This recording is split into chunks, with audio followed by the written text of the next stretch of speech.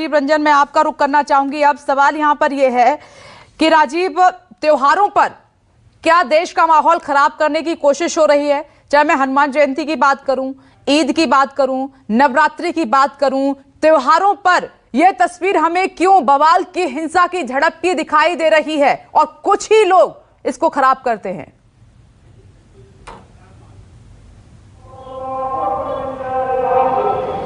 देखिए, त्योहारों से पहले जिस तरह से बयानात आ रहे हैं नेताओं के, और जिस तरह से एक नफरत की, एक बंटवारे की, एक दूरियां बढ़ाने वाली बातें या तकरार की बातें होती हैं, तो त्यौहार शासन प्रशासन के लिए बहुत बड़ा चैलेंज हो जाते हैं कि उन बड़े त्योहारों को कैसे निपटाया जाए, क्योंकि बड़ी संख्या में लोग बाहर निकलते हैं, बड़ी संख्या में लोग मनाते हैं।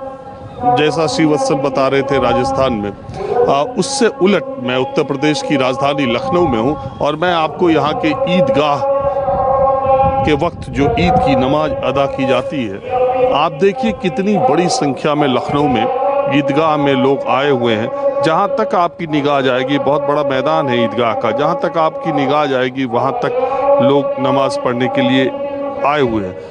आप पूरे उत्तर प्रदेश में लाउड स्पीकर और अजान और हनुमान विवाद जब से शुरू हुआ, तब से पूरे उत्तर प्रदेश में ऐसी कोई अभी तक ऐसी कोई जानकारी या ऐसी कोई घटना सामने नहीं आई है जिस पर कहीं कोई विवाद हो। इसको उत्तर प्रदेश सरकार ने, आप देखिए यहाँ भी loud speaker single loud speaker लगे हुए हैं, और जहाँ तक अगर हवाओं की बात छोड़ दी जाए तो ये जो आवाज़ का स्तर है, ये इस ईदगाह की मैदान से शायद थोड़ा दूर चला जाए तो चला जाए, नहीं तो ऐसी आवाज़ में या इतनी कम आवाज़ में मुझे नहीं लगता ईदगाह में कभी ईद की नमाज पढ़ी गई होगी।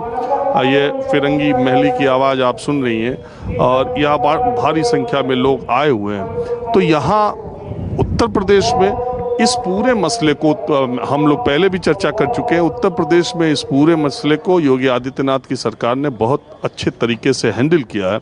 जहाँ तक बात है कि बहुत राज ठाकरे की बात है या इस विवाद की बात है, तो रमज़ान तक की वो डेडलाइन थी कि ईद के बाद ही महाराष्ट्र की सरकार इस पर कोई फैसला लेगी, और राज ठाकरे ने जो ऐलान किया वो उसका उस पर आगे बढ़ेंगे।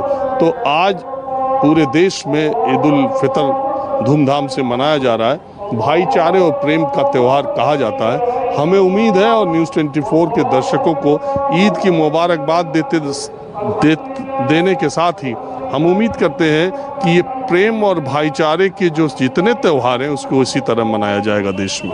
बिल्कुल राजीव, हमारी भी यही कोशिश है कि ये प्यार, सद्भाव, भाईचारा आपस में कायम रहे। एक तस्वीर हमने जोधपुर की दिखाई जहां पर बवाल कटा हुआ है, तो दूसरी तरफ लखनऊ की आप देखिए, राजीव रंजन ने दिखाई कितने प्यार से, भाईचारे के साथ वहां पर नमाज पढ़ी जा रही है। दिल्ली से मेरे सहयोगी प्रभाकर मिश्रा भी बने हुए हैं, मेहमान भी हमारे साथ जुड़ गए हैं।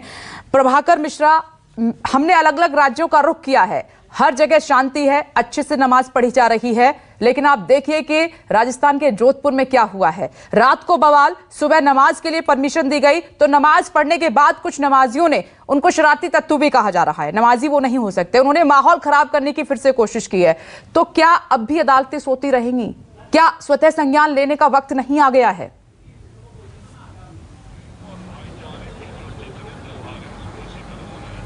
विपनेश, स्वतः संज्ञान लेने का वक्त आ गया है, लेकिन बड़ा सवाल ये है कि स्वतः संज्ञान जो अदालतें, जिन अदालतों को लेना है, मैं बार बार कहता हूं कि वो अदालतें आजकल ऐसे मसलों पर, नफरत के मसलों पर, भड़काऊ बयान के मसलों पर, धार्मिक उन्माद के मसले पर सहिष्णु हो गई हैं। उन्हें कुछ दिखता नहीं है, जैसे लगता है कि उन्होंने सुनना छोड़ दिया है, सुनना बंद कर दिया है। ईद का दिन है, प्रेम और भाईचारे का दिन है, और ऐसे में अगर हमें ये रिपोर्ट करना पड़े कि जगह जगह झड़पें हो रही हैं, जोधपुर की जो तस्वीरें आ रही हैं वो बहुत ही शर्मनाक तस्वीरें हैं। और ये केवल जोधपुर की तस्वीरों की बात नहीं, जैसा आपने कहा कि जब भी हाल के दिनों में जब भी कोई धार्मिक उत्सव होता है, कोई त्यौहार होता है, चाहे वो हनुमान जयंती हो या कोई जुलूस हो, कोई धार्मिक जुलूस हो, रामनवमी हो, और इस तरह के मौके पर अगर इस तरह की अशांति होती है, सामाजिक सौहार्द बिगड़ता है, तो इससे ज़्यादा कुछ शर्मनाक कुछ चीज़ें नहीं हो सकती। लेकिन विपनेश, एक बात में इसमें मैं अपने दर्शकों का ध्यान आकृष्ट कराना चाहूँगा कि कुछ ही दिन पहले एक हाईली डेकोरेटेड पुलिस अधिकारी हैं, जो कांग्रेस के नेता हैं आजकल, डॉक्टर अजय कुमार, उन्होंने एक बात कही थी, वो ये कि अगर पुलिस नहीं चाहेगी तो किसी का मजाल नहीं कि कहीं भी कोई अशांति पैदा हो जाए।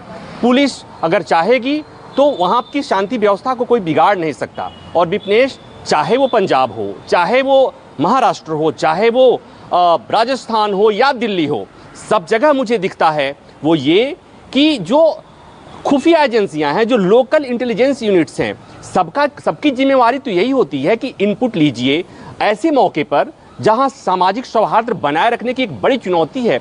एक बड़ा सवाल ये है कि राजस्थान पुलिस की जो खुफिया एजेंसी है वो क्या कर रही थी? क्या उनके पास कोई इनपुट नहीं था?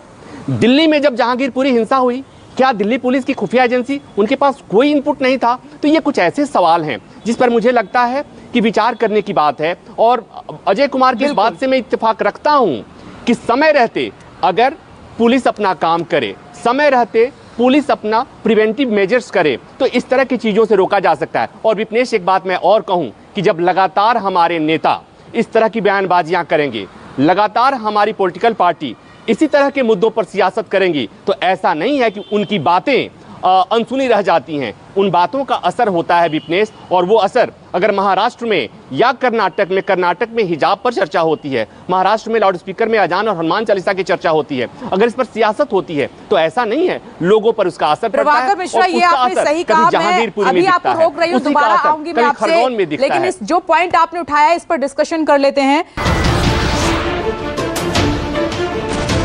नमस्कार, मैं हूं मानक गुप्ता।